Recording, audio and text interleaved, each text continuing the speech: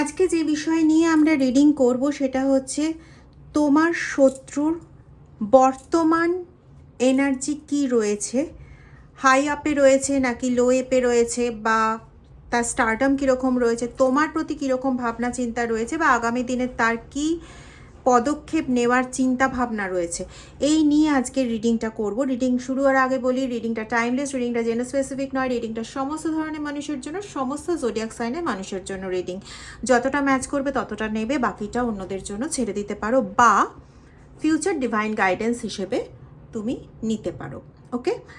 আর দ্বিতীয়, যারা চাইছো আমার থেকে পার্সোনাল রিডিং নেবে, তারা ভিডিও ডেসক্রিপশন বক্সে দেওয়া হোয়াটসঅ্যাপ নাম্বারে, যে কোনো একটা নাম্বারে হোয়াটসঅ্যাপ করে আমার সঙ্গে যোগাযোগ করতে পারো। প্লিজ কল করো না, কল আমার ধরা হয়ে ওঠে না। হোয়াটসঅ্যাপ করেও আমি অবশ্যই হোয়াটসঅ্যাপে উত্তর দেব। আর আমার আলাদা করে কোনো কনসালটেশন ফ্রি আলাদা, বুকিংয়ের জন্য ফি আলাদা, এরকম কোনো কিছু নেই। অনেকে এই প্রশ্নটা জিজ্ঞেস করছো, দিদি বুকিং ফিস কত, কনসালটেশন ফিস কত? তো এরকম কোনো কিছু নেই।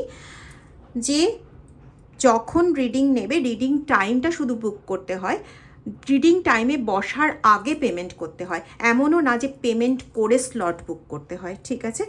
তো তোমরা যারাই বুক করতে চাইছো তারা প্লিজ হোয়াটসঅ্যাপে আমার সঙ্গে কন্ট্যাক্ট করো। আমি নাম্বার দুটো তাও বলে দিচ্ছি। একটা হচ্ছে 9062656579, আরেকটা নাম্বার হচ্ছে 8017358735। চলো দেখে নেব, চলে যাবো এবার রিডিংয়ে। তোমরা খুব পজিটিভ থাকো নিজেদের এনার্জির সঙ্গে, প্লিজ রিডিং এনার্জিকে কানেক্ট করাও, যাতে তোমার জন্য বেস্ট এনার্জি রিডিং হতে পারে। আর যারা এখনও চ্যানেলটা সাবস্ক্রাইব করোনি তারা প্লিজ চ্যানেলটা সাবস্ক্রাইব করে বেল আইকনটা প্রেস করে রেখো। আর ভিডিওটা তোমরা যেমন শেয়ার করে দাও, লাইক কমেন্ট করো, সেটা করো। তোমরা আমাকে এত সাপোর্ট করো চ্যানেলে ডোনেশন করে বা লাইক সাপোর্ট করে, বিভিন্নভাবে তোমরা আমাকে যেভাবে সাপোর্ট করছো, আমি আন্তরিকভাবে তোমাদের কাছে কৃতজ্ঞ। Thank you so much for being with me. আর এইভাবেই প্লিজ আমার সঙ্গে থেকো। চলো ডিটেল রিডিংয়ে যাব। আচ্ছা, এখানে যেটা পাচ্ছি, আমি বলবো কি আমার হাসি পেয়ে গেছে, সরি। আচ্ছা দেখো, এখানে যেটা পাচ্ছি সেখানে হচ্ছে তোমার শত্রুর কারেন্ট এনার্জি হচ্ছে, তার না একটা ড্রাস্টিক চেঞ্জ হয়েছে, ড্রাস্টিক ট্রান্সফরমেশন হয়েছে। কিন্তু দেখছো এই ছবিটা দেখে কি তোমার হাসি পাচ্ছে না? একটু ভালো করে দেখো ছবিটা, দেখো একটু, এবং নিচের লেখাটাও একটু খেয়াল করো, কমিক। তো মানে তার এখন অবস্থাটা হয়েছে, সে এখন না সবার কাছে বেশ হাসির একটা ব্যাপার হয়ে উঠেছে। ঠিক আছে? মানে সবাইকে বেশ আনন্দ বিনোদন করছে, কিন্তু মানে যেই ওকে দেখছে প্রত্যেকেই ওকে দেখে হাসছে এখন। কেন, কি বৃত্তান্ত, সেটাতে আসবো। যাই বলো, রিডিংয়ের শুরুটা কিন্তু বেশ মজার হলো। ওকে, দ্য থ্রেড। আচ্ছা, কেন এই পরিবর্তন, সেটাকেই এবার আমরা বিশ্লেষণে যাচ্ছি। সমান, আচ্ছা আচ্ছা আচ্ছা, আরেকটা নেব, দ্য হিলার। ওকে, দেখো এরা কিন্তু অলরেডি না বিভিন্ন হিলারের কাছে দৌড়চ্ছে নিজেকে ঠিক করার জন্য, কিন্তু সেটা আর পসিবল না, কারণ এর কাছে না সমান এসে গেছে। এ সেই মানে এতদিন ধরে যা করেছে, হ্যাঁ, সেটার ফলাফল বলতে পারো ওয়ান কাইন্ড অফ কর্মা। আমরা বাংলায় যেটাকে বলি না, খুব ভালো মানে বোঝাতে সুবিধা হবে, অভিশাপ। এরা এমন টাইপের পার্সন যারা না সবাইকে শুধু অভিশাপ দিয়ে বেড়াতো, কারোর জন্য কখনো কোনো দিন এরা ভালো কিছু ভাবতে পারেনি। হ্যাঁ, সবার জন্য খারাপ ভাবতো, কারোর কোনো ভালো দেখলে, ভালো হতে দেখলে এদের মানে ওই যে বলে না তেলে বেগুনে জ্বলে ওঠা, এদের ক্যারেক্টারটা হচ্ছে সেরকম। মানে এদের সামনে কারোর কোনো দিন ভালো কিছু হতে পারবে না, ঠিক আছে? এরা হচ্ছে ওরকম ধরনের মানুষ। তো মানে সবাইকে অভিশাপ দিতে দিতে বলে না একটা সময় গিয়ে কূপের ব্যাং হয়ে যায়, তো ওদের অবস্থা হয়েছে এখন সেরকম। লোকে মানে ওদেরকে নিয়ে এখন হাসাহাসি করছে, কারণ ওরা সবার জন্য যে অভিশাপগুলো দিয়েছিল, যেমন ধরো আমি এখানে একটা পাচ্ছি যে খাবার জুটবে না, এরকম ধরনের কোনো অভিশাপ দিয়েছে। Yes, the mask. সবসময় মুখোশ পরে ঘুরে বেড়াতো এরা, বা বেড়ায় এরা, এখনও চেষ্টা করছে, এখনও কিন্তু হাল ছাড়েনি। সবসময় এরা মুখোশ পরে ঘুরে বেড়ায় কি, যে খুব ভালো ক্যারেক্টারের।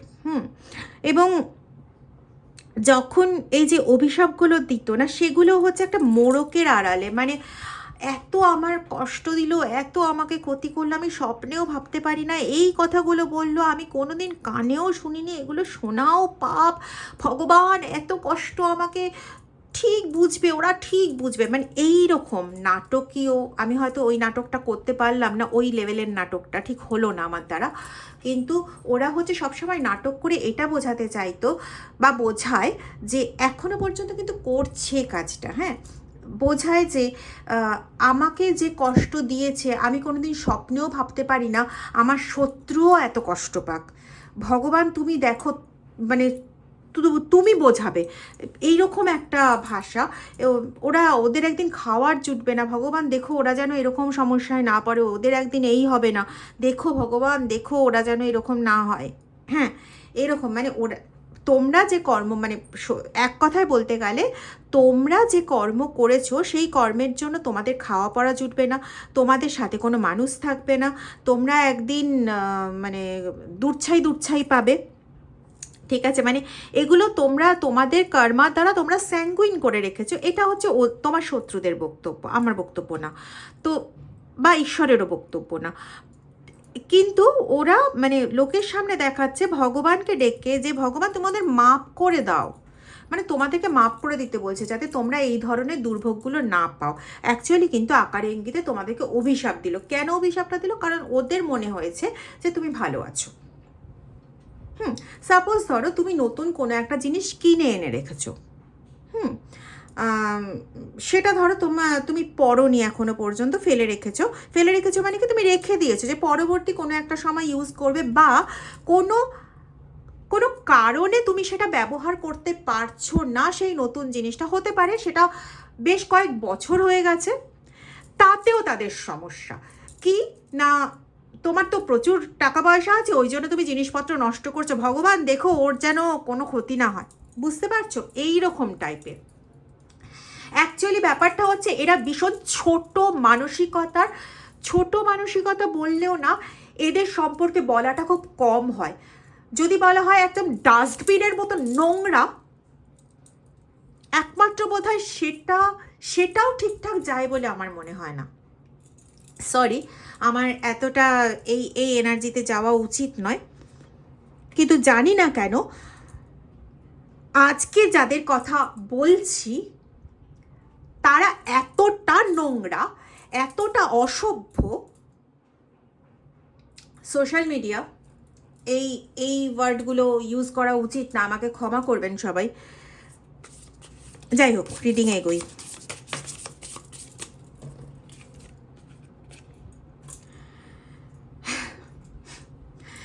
যখন না ঈশ্বরকে টেনে টেনে অতিরিক্ত মিথ্যে বলা শুরু হয়ে যায় না, তখন ঈশ্বরই বোধহয় তাদের জন্য অভিশাপটা ডেকে নিয়ে আসে। নে, তুই অনেক কর্মা তৈরি করেছিস, তো অনেকের অনেক কর্মার হিসেব করেছি, এবার নিজের কর্মার হিসেব দে।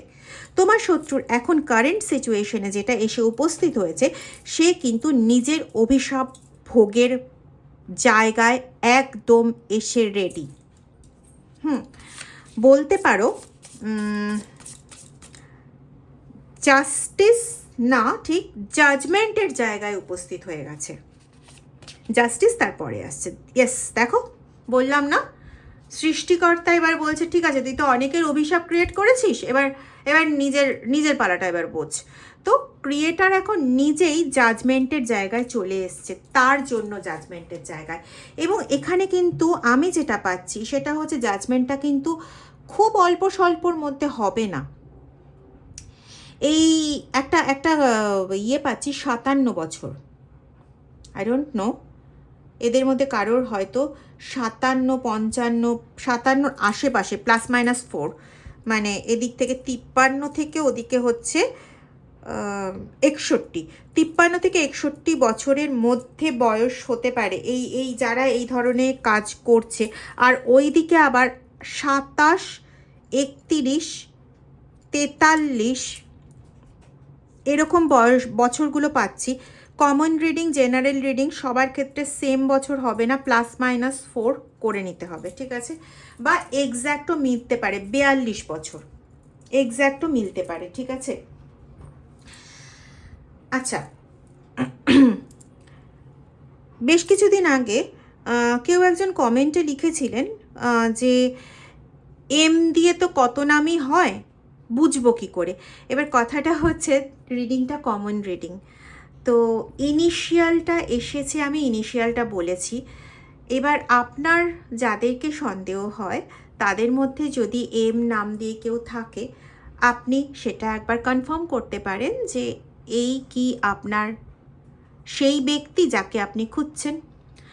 তবে আমি একটাই কথা বলবো, কনফার্মেশন না করে নিজে যদি কনফার্ম হয়ে যান সেটা একটা, কিন্তু কনফার্ম নন বুঝি হয়তো এই ব্যক্তিটা আমার শত্রু বলে তাকে কট্টর শত্রু ধরে নিলেন, সেটা নয়।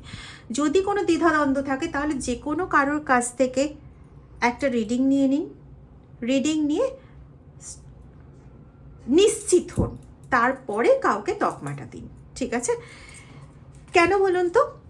আমি কখনোই চাইবো না যে আমার যারা ভিউয়ার্স রয়েছে, সাবস্ক্রাইবার রয়েছে, বা অনেকে ফ্যান ফলোয়িংয়ে রয়েছে, যারাই যাই আছো না কেন, তোমাদের কোনো রকম এমন কোনো কর্মা ক্রিয়েট হোক যে কর্মাটা তোমাদের এগেনস্টে যায়, বা যে কর্মাটার সুযোগ নিয়ে তোমার পেছনে যারা জোকের মতন পড়ে আছে তারা কোনো সুবিধা করতে পারুক।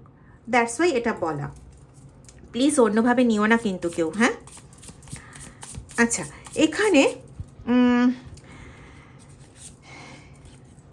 দেখো, আমি বললাম না কোনো ছোটোখাটো কোনো অভিশাপ এরকম কিছু হবে না। জিনিসটা যেটা হতে চলেছে সেটা খুব স্পেসিফিকভাবে, খুব বড়সড়ভাবে, এবং যেটা হতে চলেছে সেটা ডিভাইন লেভেলে হচ্ছে। জাজমেন্ট অলরেডি শুরু হয়ে গেছে, পুরো না একটা চক্রব্যূহের মাঝখানে নিজেকে নিয়ে চলে এসেছে প্রায়।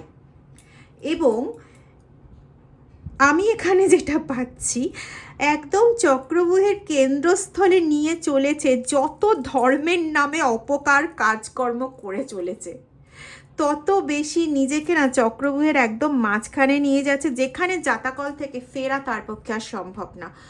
এক অসহনীয় দুর্বিষহ অভিশাপের মধ্যে পড়তে চলেছে, তার জাজমেন্ট কিন্তু প্রায় স্টার্টিং ফেজে, একদম স্টার্টিং ফেজে। এবং জাজমেন্টের পরই কিন্তু জাস্টিস, তাকে কিন্তু আর পরিবর্তনের সময় কিন্তু দেওয়া হবে না। দ্যাটস ওয়াই এখানে মিস্টিক কার্ড অলরেডি চলে এসছে। যদি মিস্টিক কার্ড না আসতো, মেবি সে পরিবর্তন করার জন্য নিজেকে কিছুটা সময় পেলেও পেতে পারতো, কিন্তু এখানে তার আর কোনো সময়ের অবকাশ নেই। ইয়েস, অথই জলে পড়ে যাওয়ার মতন পরিস্থিতি কিন্তু তার সৃষ্টি হচ্ছে। এই সময়ও সে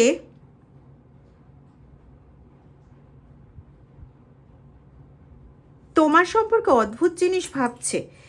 এই সময়ও সে ভাবছে যে তুমি কাউকে দিয়ে কাজ করাচ্ছ।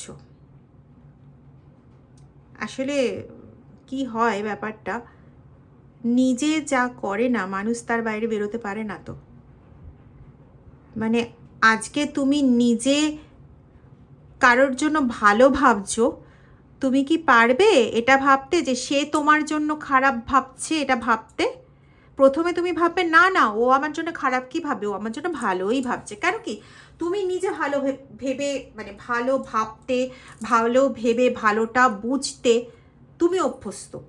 তো তুমি যে ক্যারেক্টারিস্টিকে অভ্যস্ত, তুমি আরেকটা মানুষকে সেইভাবেই দেখতে ভালোবাসো। তো এই ব্যক্তির ক্ষেত্রেও তো ব্যাপারটা তাই না? এই ব্যক্তি নোংরামিতে অভ্যস্ত, এই ব্যক্তি অভিশাপ, মুখোশ নিয়ে কারবার, হ্যাঁ, বিভিন্ন মানুষকে পটিয়ে তার থেকে কার্যসিদ্ধি, তোমার পার্টনারের থেকে কার্যসিদ্ধি, বা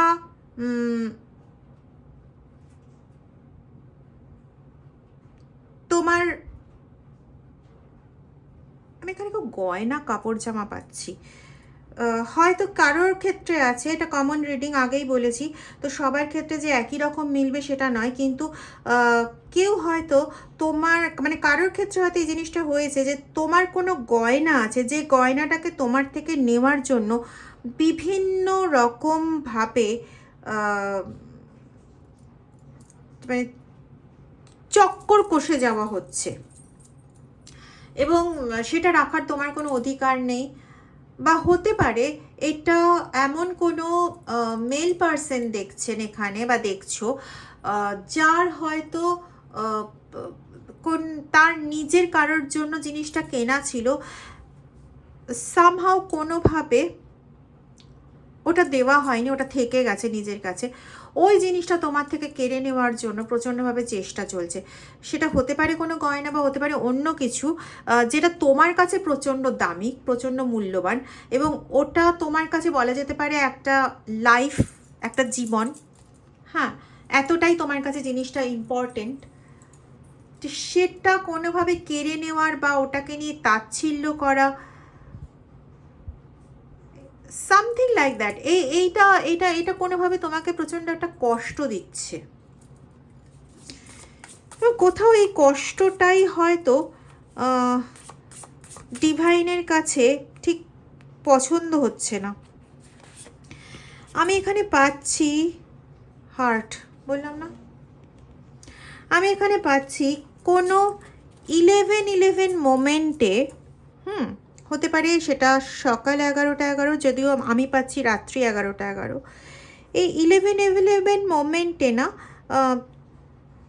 তুমি কোনো কারোর এই তোমার এই শত্রুদের কারোর কোনো কথায় কষ্ট পেয়ে, হয় না, দীর্ঘশ্বাস ফেলা বা চোখের জল পড়া, ওটা এমনইভাবে ম্যানিফেস্ট হয়েছিল, মানে বলে না যে তুমি মুখে কিছু বলনি, তুমি মনেও কিছু বলনি, কিন্তু সোজা গিয়ে যেন বিঁধেছিল তোমার ঈশ্বরের বুকে। সে তিনি মন্দিরেই থাক কি তিনি মসজিদেই থাক কি তিনি চার্চেই থাক, তার বুকে বিঁধেছিল।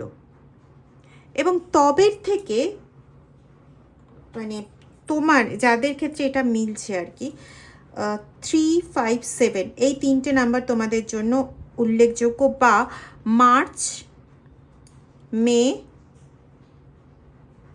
জুন, জুলাই, মার্চ, মে, জুলাই, এই মান্থগুলো তোমাদের জন্য উল্লেখযোগ্য হতে পারে। 5th জুলাই কারোর কিছু থাকতে পারে ইম্পর্টেন্ট কিছু, বা 5th জুলাইয়ের আশেপাশে। যাই হোক, এখানে এই জিনিসটা পাচ্ছি, ভীষণভাবে পাচ্ছি। দেখেছো,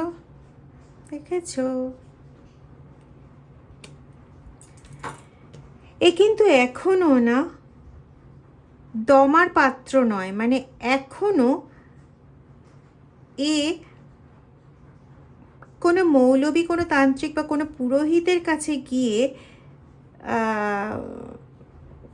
কালো কাপড়ের মধ্যে কিছু বেঁধে পোড়ানো এরকম ধরনের, এক মিনিট, ইয়েস মাদার, তোমাদের মধ্যে কেউ মা হতে চাইছে, কিন্তু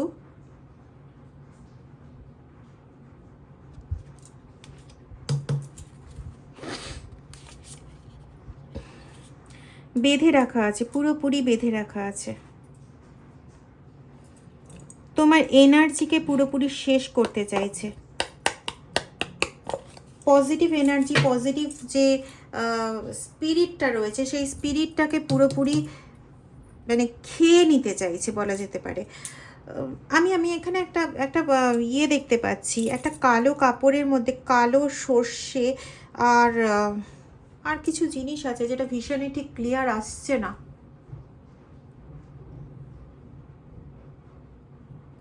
কালো সর্ষে, সবুজ মুগ হয় না, সবুজ মুগ, কালো সর্ষের মধ্যে কয়েকটাই মাত্র ওরকম দানা আছে। সুপুরি, কারোর বাড়ির আশেপাশে সুপুরি গাছ আছে, ওখান থেকেই নেওয়া হয়েছে সুপুরি। সুপুরি আর আরেকটা কিছু আছে, সেটা আমি কিছুতেই পাচ্ছি না।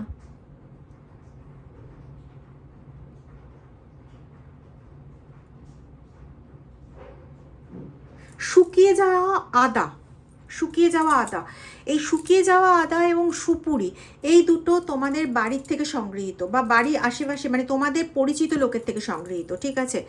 শুকিয়ে যাওয়া আদা হয়তো এমনি নিয়ে এসেছিল, সেটা শুকিয়ে গেছে, ইউজ করেছে, বা শুকিয়ে যাওয়াই নিয়ে এসেছিল, ঠিক আছে।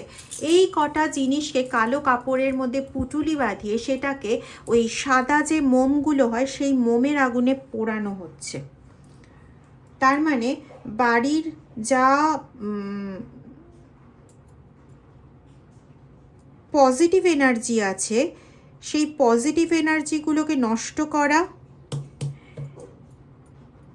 এই এনার্জিগুলোকে বেঁধে দেওয়া এবং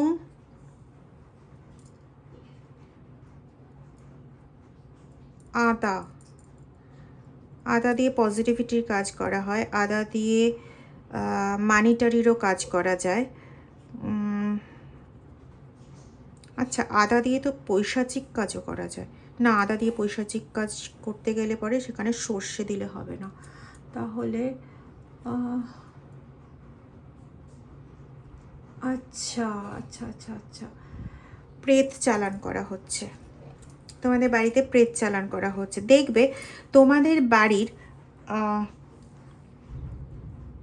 দক্ষিণ, এদিকে হচ্ছে উত্তর, উত্তর দিক, দক্ষিণ দিক বা একটু কোণ করেও হতে পারে, এই দিকগুলো না যখন যাচ্ছ কোনো একটা সময়, সারা সকাল থেকে রাত 24 ঘন্টার মধ্যে কোনো একটা সময় তুমিই পাবে, এটা সবাই এটা পাবে না। বা তোমার মতন যদি হাইলি এনার্জি লেভেলের কোনো ব্যক্তি আর কেউ থেকে থাকে তোমার ফ্যামিলিতে, কারণ এখানে আমি কিছু ভিউয়ার্স পাচ্ছি যার ফ্যামিলিতে 2 থেকে 3 জন এরকম হাইলি অ্যাক্টিভ এনার্জি লেভেলে রয়েছো, তো শুধুমাত্র তোমরাই পাবে বা তুমিই পাবে। সেটা হচ্ছে ওই দুটো দিকে বা কোনো একটা দিকে গেলে পরে বেশ একটা ভারী বোধ হবে, মানে মনে হচ্ছে যেন কিছু সামথিং একটা কিছু আছে যেটা পুরো চুপচাপ আছে, কিন্তু কিছু একটা আছে, ওখান থেকে বেরিয়ে গেলে ভালো, একটা গায়ে একটা অস্বস্তি হওয়া, এরকম ধরনের একটা ফিলিংস, ঠিক আছে। বা পায়ের পাতা মনে হচ্ছে যেন ভারী হয়ে যাচ্ছে, সামথিং একটা কোনো কাইন্ডের একটা ফিলিংস কাজ করবে, ঠিক আছে। তো ওরা কিন্তু এটার চেষ্টা করছে, যত চেষ্টা করছে ওই যে বললাম চক্রবুয়ের একদম মাঝখানটাতে চলে যাচ্ছে, সেটা ওরা নিজেদের কাজ নিজেরাই কমপ্লিট করছে এবং নিজেদের জন্য নিজেরাই রাস্তা খুঁড়ছে যাতে তাড়াতাড়ি ওরা জাস্টিসটা পেতে পারে, এবং ওদের জাস্টিস পেতে বেশি দিন সময় লাগবে না, খুব তাড়াতাড়ি ওরা জাস্টিস পেয়ে যাবে। জাজমেন্ট ওদের স্টার্ট হয়ে গেছে, যে অভিশাপ দিয়ে ওরা স্টার্ট করেছিল সবার জীবনে অভিশাপ দেওয়া, সেই অভিশাপ এবার নিজেরা একটু পেয়ে দেখুক ওদের কেমন লাগে।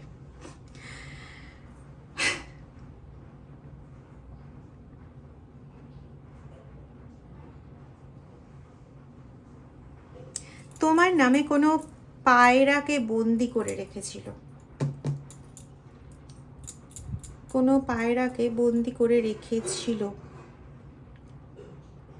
আমি এখানে পাচ্ছি। সেই পায়রাটা মানে পায়রাটা যেরকম যেরকম কষ্ট পেয়েছে তুমিও শরীরে সেরকম কষ্ট পেয়েছো, এবং তুমি বুঝতে পেরেছো বা বুঝতে পারছো যে তোমার ওপর একটা বন্ধন কাজ করছে, এই বন্ধনটা কাটানো কিন্তু দরকার। আমি কোনো ভয় দেখাচ্ছি না, আমার ভয় দেখানো কোনো কাজ নয়। প্রচুর ঈশ্বরের নাম করো, ঈশ্বরের নাম করো, এবং সপ্তাহের কোনো একটা দিনে মিনিমাম 7 মিনিট করে প্রেয়ার করো।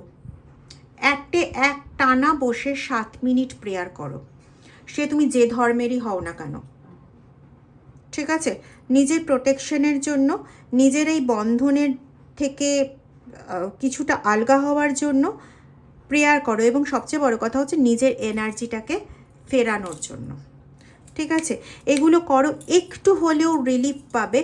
আর আরেকটা কাজ করতে পারো, সেটা হচ্ছে, এটা আমি একটা রেমেডি হিসেবে বলছি, এটা হচ্ছে 2টো শুকনো লঙ্কা, 4টে গোলমরিচ, 2টো শুকনো লঙ্কা, 4টে গোলমরিচ, 4টে লবঙ্গ, কর্পূর, আর সাদা সর্ষে, এগুলো একসাথে প্রত্যেক শনিবার, সব ধর্মের মানুষ করতে পারো, প্রত্যেক শনিবার করে জ্বালাও, বাড়িতে প্রত্যেক শনিবার করে জ্বালাও, ঠিক আছে? আর ধোঁয়াটা সারা ঘরে ছড়িয়ে দেওয়ার চেষ্টা করো, আর যে জ্বালানোর পর যেটা পড়ে থাকবে সেটাকে করে দিও, ফ্ল্যাশ করে দিও, ঠিক আছে? করো, দেখবে অনেকটা রিলিফ পাবে। যদি ভিডিওটা ভালো লেগে থাকে তাহলে প্লিজ ভিডিওটা একটু শেয়ার করে দিও, আর যারা এখনও চ্যানেল সাবস্ক্রাইব করোনি প্লিজ চ্যানেলটা সাবস্ক্রাইব করে দাও, আর বেল আইকন প্রেস করতে ভুলো না, ঠিক আছে? আর যারা রিডিং নেওয়ার তাদের তো বললাম, ওই যে ডেসক্রিপশন বক্সে দেওয়া নাম্বার দুটোর মধ্যে যে কোনো একটা নাম্বারে হোয়াটসঅ্যাপ করে আমার সঙ্গে যোগাযোগ করতে পারো। Thank you so much, love you guys.